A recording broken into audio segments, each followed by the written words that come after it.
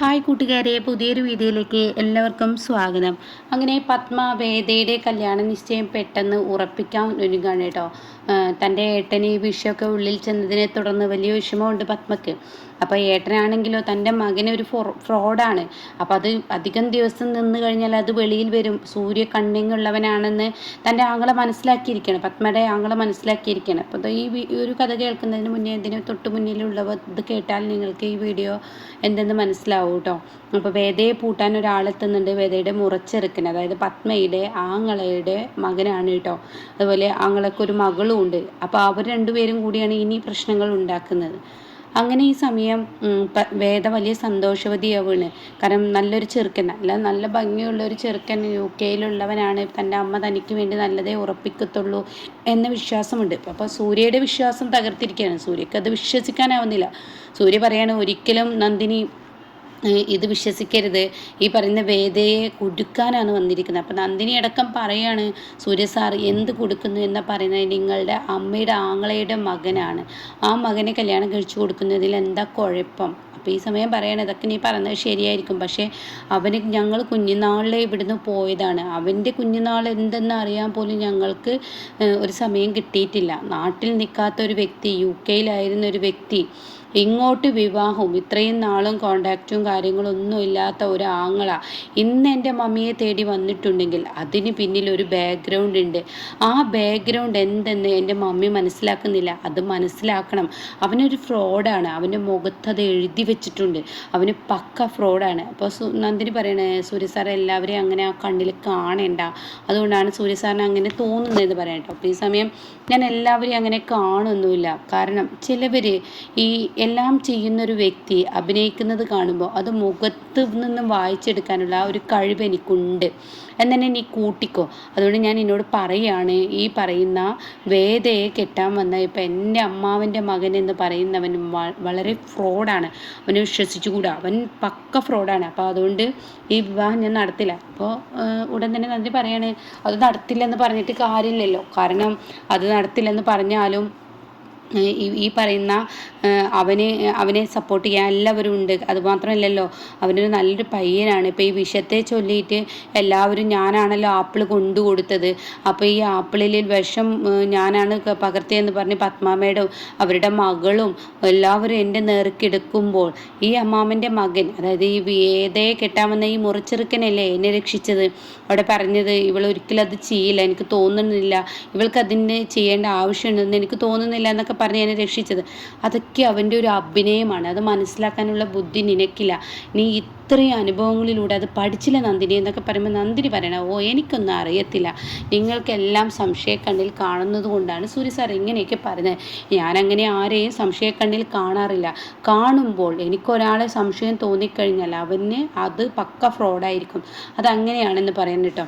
അങ്ങനെ ഈ സമയം എന്തെങ്കിലും ആയിക്കോ, ഞാൻ ഇതിൽ അടുക്കളയിലെ പണിയിലോട്ട് പോട്ടെ എന്ന് പറഞ്ഞിട്ട് താഴെ പോവാണ്. ഈ സമയം സൂര്യക്കാണെങ്കിലോ യാതൊരുവിധ സമാധാനം കിട്ടുന്നില്ല. സൂര്യ ടെറസിൽ ഇങ്ങനെ ചെന്നിരിക്കുകയാണ്. അപ്പോൾ സൂര്യയുടെ മനസ്സ് വല്ലാതെ നോവുകയാണ്. എല്ലാവരും കൂടി നന്ദിനിയെ, ഈ ആപ്പിളിൽ വിഷം ചേർത്ത് നന്ദിനിയാണെന്ന് പറഞ്ഞിട്ട് എല്ലാവരും കൂടിയിട്ട് നന്ദിനിയെ ദ്രോഹിക്കുമ്പോൾ തൻ്റെ മനസ്സിൽ ഭയങ്കര വിഷമം തോന്നുകയാണ് കേട്ടോ. അത്രയും വിഷമം നന്ദിനിയെ എല്ലാവരും കുറ്റപ്പെടുത്തുമ്പോൾ നന്ദിനി പാവം, അവളുടെ നന്മ ആരും തിരിച്ചറിഞ്ഞില്ല. ഈശ്വര, എന്തൊരു പാവം പെൺകുട്ടിയാണ് അവളെ ആരും മനസ്സിലാക്കുന്നില്ലല്ലോ ഈശ്വര എന്നൊക്കെ പറഞ്ഞ് താനിങ്ങനെ സങ്കടപ്പെട്ടിരിക്കുമ്പോഴാണ് കേട്ടോ ഈ സൂര്യ ഇങ്ങനെ നിൽക്കുന്ന സമയത്ത് സൂര്യയുടെ അരികിലോട്ട് വേദയെ കല്യാണം കഴിക്കാൻ പോകുന്ന പത്മയുടെ ആങ്ങളുടെ മകൻ വരികയാണ്, അതായത് ആ മുറച്ചെറുക്കൻ വരികയാണ്. എന്താ സൂര്യൻ, എനിക്കിത്ര വല്ലാത്ത ടെൻഷൻ? ഒന്നുമില്ല. അല്ല, നിനക്ക് അങ്ങനെ വെറുതെ ടെൻഷനൊന്നും ഉണ്ടാവില്ലല്ലോ, എന്താ മനസ്സിന് വല്ല അസ്വസ്ഥതയും ഉണ്ടോ? അപ്പോൾ അത് കേട്ട ഉടനെ തന്നെ സൂര്യ പറയണേ, ഇല്ല എനിക്ക് കുഴപ്പമൊന്നുമില്ല, എന്താ നീ വന്നത്? അതെ, നീ ഇങ്ങനെ ടെൻഷനാവണ്ട, എനിക്ക് മനസ്സിലായി, എല്ലാവരും കൂടി നന്ദിനിയെ കുറ്റപ്പെടുത്തുന്നതുകൊണ്ടാണോ? അപ്പോൾ ഉടൻ തന്നെ സൂര്യ പറയണേ, എത്ര നല്ല നന്മയുള്ള കുട്ടിയാണ് നന്ദിനി, അവളെ മനസ്സിലാക്കാൻ ഈ വീട്ടിൽ ആരും തന്നെ ഇല്ലെന്ന് കാണുമ്പോൾ എൻ്റെ മനസ്സിന് വലിയ വേദന തോന്നുന്നു. അവൾ അറിഞ്ഞിട്ട് പോലുമില്ല ആപ്പിളിലുള്ള വിഷം, അവൾ അങ്ങനെ ഒരാളും കൊല്ലാൻ കൊല്ലാനും ദ്രോഹിക്കാനൊന്നും അവൾക്ക് കഴിയില്ല. അവളെ ആര് ചെയ്താൽ അത് പറയത്തൂല. അങ്ങനെ നല്ല നന്മയുള്ളൊരു കുട്ടിയാണ്. പക്ഷെ അവളെപ്പോലെ നല്ലൊരു കുട്ടിയെ ഈ വീട്ടിൽ ആരും മനസ്സിലാക്കുന്നില്ലല്ലോ എന്നൊക്കെ അങ്ങനെ പറയുമ്പോൾ സൂര്യ എനിക്ക് മനസ്സിലാവും. എന്തായാലും നിൻ്റെ മനസ്സിൻ്റെ വേദന എനിക്ക് മനസ്സിലായി. എൻ്റെ ഡാഡിയെ കൊല്ലാൻ ശ്രമിച്ചതൊന്നും ഈ പറയുന്ന നന്ദിനിയല്ല. നന്ദിനിക്ക് എന്തിനാ എൻ്റെ ഡാഡിയെ കൊല്ലേണ്ട ആവശ്യം? അതിന് പകയും കാര്യങ്ങളൊന്നുമില്ല. ഈ വീട്ടിലെ വേറെ ആരെയോ ടാർഗറ്റ് ചെയ്തിട്ടുണ്ട്. അത് ആരാണ് എന്താണെന്ന് എനിക്കറിയില്ല. അത് നന്ദിനിയല്ല.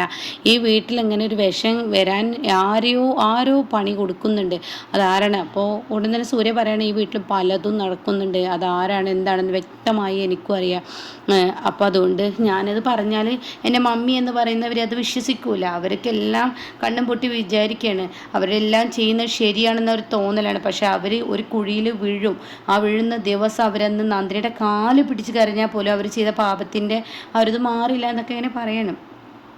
ഈ സമയം ഈ വാക്കുകളൊക്കെ കേൾക്കുമ്പോഴും നന്ദിനിക്കാണെങ്കിലോ ദേഷ്യം, അതായത് നന്ദിനിക്ക് ഇങ്ങനെ ദേഷ്യം, സൂര്യക്കാണെങ്കിൽ ദേഷ്യം വരും. അപ്പോൾ സൂര്യയുടെ ദേഷ്യം ശമിക്കാൻ വേണ്ടിയിട്ട് ഇവൻ പറയുകയാണ്, നമുക്കൊരു പണി ചെയ്താലോ, നിൻ്റെ ദേഷ്യം ഇപ്പോൾ കുറയണം, നിൻ്റെ സങ്കടം നിനക്ക് മാറണം, അതിനൊരു വഴി എന്നിലുണ്ട്. അപ്പോൾ സൂര്യ ചോദിക്കുക എന്ത് വഴി എന്ന് ചോദിക്കുകയാണ്. അപ്പോൾ അതിനെ വേദയുടെ മുറിച്ചെറുക്കം പറയണേ, എൻ്റെ അടുത്തൊരു വഴിയുണ്ട്, ഞാൻ പറഞ്ഞു തരാമെന്ന് പറഞ്ഞിട്ട് ഇപ്പോൾ ഒരു മിനിറ്റ് ഞാൻ വരാമെന്ന് പറഞ്ഞിട്ട് ഇവൻ കുറേ മദ്യക്കുപ്പികളുമായി വരികയാണ് കേട്ടോ. അപ്പോൾ ഈ സമയം ഇത് കഴിച്ചാൽ എല്ലാം മറക്കും എന്ന് പറയണം. അപ്പോൾ സൂര്യ പറയണേ, ഇത് ഞാൻ കുടിച്ചിരുന്നവനും സദാസമയം വെള്ളം കുടിക്കുന്നത് പോലെ കുടിച്ചിരുന്ന ഒരു വ്യക്തിയാണ്. പക്ഷേ ഇതിപ്പോൾ ഞാൻ കുടിക്കില്ല. എൻ്റെ ഭാര്യ ഇതിൽ നിന്നും എന്നെ മോചിപ്പിച്ചതാണ്. ഇതിപ്പോൾ എനിക്ക് വേണ്ട. അപ്പോൾ ഇത് കുടിച്ചാൽ നിൻ്റെ മനസ്സിൻ്റെ സങ്കടം മാറുമെന്ന് പറയട്ടെ. അപ്പോൾ സൂര്യ പറയണം, എനിക്കിത് വേണ്ട, ഞാൻ കുടിക്കില്ല. അല്ല, നിനക്ക് ഇങ്ങനെ ഈ വിദേശ മദ്യമൊക്കെ കിട്ടുന്നത്? ഞാൻ വിദേശത്ത് നിന്നാലോ വന്നത് എന്ന് അവൻ പറയാണ്. ഉടൻ തന്നെ സൂര്യ ചോദിക്കുകയാണ്, നീ വിദേശത്ത് നിന്നാണ് വന്നത് എനിക്ക് മനസ്സിലായി. പക്ഷെ നീ എൻ്റെ മമ്മിയോട് പറഞ്ഞൊരു കാര്യമുണ്ട്, നിൻ്റെ ഡാഡിയും നീയും പറഞ്ഞൊരു കാര്യമുണ്ട്, മദ്യപിക്കില്ല, സിഗരറ്റ് വലിക്കില്ല എന്നൊക്കെ നിൻ്റെ ഡാഡി എടുത്തിട്ട് പറഞ്ഞു, നീയും എടുത്തിട്ട് പറഞ്ഞു. അങ്ങനെയുള്ള നീ എങ്ങനെ ഇത് മദ്യപിക്കില്ല എന്ന് പറഞ്ഞിട്ട് വിദേശത്ത് നിന്ന് ഈ സാധനം കെട്ടിവലിച്ച് കൊണ്ടുവന്ന്? എന്നെ നിനക്കറിയത്തൂല. ഈ വീട്ടിൽ ആരും മദ്യം കഴിക്കില്ല, ഒരാളും ഗിഫ്റ്റായി കൊടുക്കും, പക്ഷേ നീ കഴിക്കില്ല. നിൻ്റെ മമ്മിക്കും നിൻ്റെ ഡാഡിക്കും അതൊന്നും ഇഷ്ടമല്ല എന്ന് അവർ വേദയെ ഇങ്ങനെ ആലോചിക്കുമ്പോൾ തന്നെ അത് എൻ്റെ മമ്മിയോട് പറഞ്ഞു. അപ്പോൾ ഈ സമയം അവൻ പറയാണ്, അതൊക്കെ വെറുതെ പറയുന്നതല്ലേ, എല്ലാവരും എന്തെങ്കിലും ആഘോഷങ്ങളൊക്കെ വരുമ്പോൾ ഒരു ചെറുതായിട്ടൊക്കെ ഒരു ഗ്ലാസ് കുടിക്കും, അതെല്ലാവരും കുടിക്കുന്നതല്ലേ, അപ്പോൾ അത് കൂടെ കൊണ്ടു നടക്കുന്നതെന്ന് പറയും കേട്ടോ. അപ്പോൾ ഈ സമയം സൂര്യക്കൊരു ചിന്ത മനസ്സിൽ വരണം, നല്ലൊരു കാര്യം, എന്തായാലും ഇതോടുകൂടി അവൻ്റെ മുഖം കൊണ്ട് വലിച്ചൂരണം. മമ്മിയുടെ മുന്നിൽ ഇവൻ കുടിക്കാത്തവനാണെന്ന് പറഞ്ഞ് ഇവൻ്റെ ഡാഡിയെയും ഇവനെയും വേദയെ ചതിക്കാനാണ് വന്നിരിക്കുന്നതെന്ന് സത്യം അറിയിച്ചു കൊടുക്കണം. അപ്പോൾ അതുകൊണ്ട് എന്തായാലും ഞാനിതിൽ പങ്കുചേരാമെന്ന് സൂര്യക്ക് തോന്നണം. അപ്പോൾ ഈ സമയം സൂര്യയോട് ഇനി എന്തത്ര അല്ലാതെ ആലോചിക്കുന്നത് എന്നിങ്ങനെ നന്ദവേദയുടെ മുറിച്ചടക്കം ചോദിക്കുകയാണ്. ഞാൻ ആലോചിക്കുന്നത്, എനിക്കിതിൽ കഴിക്കാൻ എന്താ വേണ്ടത്? എനിക്കതാ വേണ്ടത്, തൊട്ട് കൂട്ടാൻ എന്തെങ്കിലും വേണം. ഓക്കെ ശരി, ഞാൻ എന്തായാലും രാജുവിനെ വിളിക്കട്ടെ എന്ന് പറഞ്ഞ് സൂര്യ തൻ്റെ ഫോണെടുത്ത് വിളിക്കുകയാണ്. അപ്പോൾ രാജുവിൻ്റെ ഫോണിലോട്ട് വരുമ്പോൾ തന്നെ രാജുവും നന്ദിനിയും കൂടി അവിടെ ഇങ്ങനെ സംസാരിച്ച് നിൽക്കുന്ന സമയത്താണ് ഫോൺ കോൾ വരുന്നത്. അപ്പോൾ ആരാ രാജുവേട്ടാ? സൂര്യ സാറാണല്ലോ. സൂര്യ സാർ എന്തിനാണ് രാജുവേട്ടൻ്റെ ഫോണിലോട്ട് വിളിക്കുന്നത്? എൻ്റെ ഫോണിലോട്ട് വിളിച്ചിട്ടില്ലല്ലോ. അപ്പോൾ എന്തായാലും ഫോൺ എടുക്കുക, സ്പീക്കറിലിട്ട് സംസാരിക്കുന്നത് അതിന് പറയണം. ആ സമയം രാജു ആണെങ്കിൽ സ്പീക്കറിലിടാണ്. അപ്പോൾ സൂര്യ വിളിച്ച പാടെ ചോദിക്കുന്നത്, രാജു നീ എവിടെയാണ്? ഞാൻ അടുക്കളയിൽ. നിൻ്റെ അടുത്ത് നന്ദിനി ഉണ്ടോ? ഉണ്ട്. എന്നാൽ നീ അവിടെ നിന്ന് കുറച്ച് മാറി നിന്ന് സംസാരിക്കും. ഇത് കേൾക്കുന്ന നന്ദിനിക്ക് എന്തോ ഒരു പൊരുത്തക്കേട് തോന്നി. അപ്പോൾ നന്ദിനി രാജുവിൻ്റെ കൈ കൊണ്ട് പിടിച്ച് ഇവിടെ നിന്ന് തന്നെ സംസാരിക്കുന്ന ആംഗ്യ ഭാഷയിൽ പറയണം. അതോടുകൂടി രാജുവിന് അവിടുന്ന് പോകാനും കഴിയില്ല. പിന്നീടാണെങ്കിലോ സൂര്യ പറയാണ്, നീ എനിക്കിവിടെ മദ്യം കഴിക്കാൻ തൊട്ട് കൂട്ടാൻ കുറച്ച് സാധനങ്ങൾ, ഓംപ്ലേറ്റ്, അതുപോലെ വറുത്ത കപ്പലണ്ടി, അങ്ങനെയുള്ള സാധനങ്ങളൊക്കെ ഒന്ന് കൊണ്ടുപോവാ, കുറച്ച് മിച്ചറ്, ഇതൊക്കെ നീ കൊണ്ടുപോവാ, എരിവുണ്ടായിക്കോട്ടെ എന്നൊക്കെ പറഞ്ഞ് വിടുകയാണ്. ഈ സമയം നന്ദിനിക്ക് ദേഷ്യം സഹിക്കില്ല കേട്ടോ. അപ്പോൾ രാജുവേട്ടൻ സൂര്യ സാർ പറഞ്ഞത് അത് ചെയ്തു കൊടുക്കുമ്പോളെ അത് പിന്നെ ചെയ്തു കൊടുക്കാനല്ലേ പറഞ്ഞത്, ചെയ്തു കൊടുക്കുകയെന്ന് പറയണേ. അങ്ങനെ അത് ചെയ്തു കൊടുക്കുകയാണ് കേട്ടോ. അങ്ങനെ എല്ലാ സാധനങ്ങളും ഉണ്ടാക്കി കൊടുക്കുകയാണ്.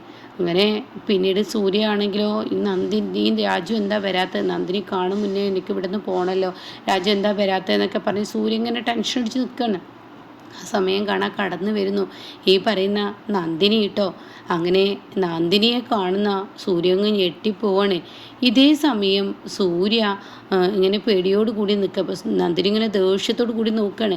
എന്നെ പിടിച്ച് സത്യം ചെയ്തിട്ട് വീണ്ടും കുടിക്കാൻ ഒരുങ്ങുകയാണല്ലേ ലെവല്. അപ്പോൾ ഉടൻ തന്നെ ഈ വേദയുടെ മുറിച്ചെറുക്കൻ പറയണേ, നിങ്ങളെന്താ അവിടെ നിൽക്കുന്നത്, ഇങ്ങോട്ട് വായോ, അതിങ്ങോട്ട് കൊടുന്ന് വെക്ക്, ഞാൻ എന്തായാലും വെള്ളം ഒഴിക്കട്ടെ എന്നൊക്കെ പറഞ്ഞിട്ട് 2 ഗ്ലാസ്സിൽ തണുത്ത വെള്ളം ഒഴിക്കുന്നുണ്ട്.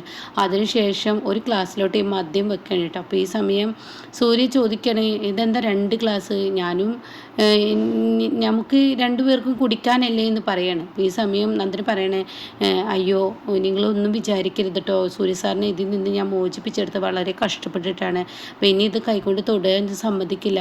അയ്യോ സിസ്റ്റർ, നിങ്ങളെന്താ ഇങ്ങനെ, ഒരു ദിവസമൊക്കെ ഒന്ന് തൊട്ടു എന്ന് കരുതി ഒന്നും സംഭവിക്കില്ല. അപ്പോൾ ഉടൻ തന്നെ സൂര്യ പറയണേ, ശരിയാണ്, ഒന്നും സംഭവിക്കില്ല നന്ദിനി എന്ന് പറയാം. അപ്പോൾ നന്ദിനി ഇങ്ങനെ ദേഷ്യത്തോടു കൂടി സൂര്യയെ നോക്കണം. അപ്പോൾ ഈ സമയം ഇവിടെ മദ്യം ഇങ്ങനെ ഒഴിക്കുകയാണ്.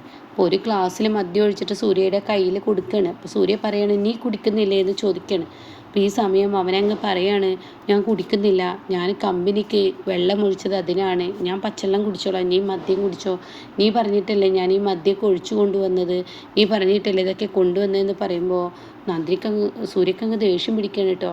ആടാ, നീ ഇപ്പോൾ പറഞ്ഞത് എല്ലാം മറക്കാൻ ഇതൊന്ന് കുടിക്കുന്നത് നല്ലതാണെന്ന് പറഞ്ഞ് ഇപ്പോൾ എല്ലാ കുറ്റങ്ങളും എൻ്റെ ഭാര്യ വന്നപ്പോൾ എൻ്റെ തലയിലിടാൻ നോക്കുകയാണ്, നീ പുണ്യാളം ചമയാൻ നോക്കുകയാണ്, നീ എന്തായാലും മദ്യം കഴിക്കും, അത് മനസ്സിലായി എനിക്കെന്ന് പറയണം. അപ്പോൾ ആ സമയം, എന്താ സൂര്യ, ഞാൻ നിൻ്റെ വിഷമം കണ്ടപ്പോൾ എനിക്കൊന്ന് മദ്യത്തിൻ്റെ ആ ഒരു ഇതിൽ മറന്നോട്ടെ എന്ന് കരുതി വന്നപ്പോൾ നീ എന്തപ്പോൾ ഇങ്ങനെയൊക്കെ സംസാരിക്കുന്നതൊക്കെ പറഞ്ഞ് സംസാരം തുടരുമ്പോൾ നന്ദിനിക്ക് മനസ്സിലായി അവിടെ ഒരു വഴക്ക് വരുന്നു. അപ്പോൾ നന്ദിനിയെ സൂര്യയെ വിളിച്ചു കൊണ്ടുപോകാൻ കേട്ടോ. അങ്ങനെ ഇനി അവൻ ആരാണെന്നുള്ള സത്യം സൂര്യ മനസ്സിലാക്കും. അപ്പോൾ വേദക്കും പത്മക്കും ഏറ്റവും വലിയ ശിക്ഷയാണ് അവനിൽ നിന്ന് ഇനി കിട്ടാനിരിക്കുന്നത് കേട്ടോ.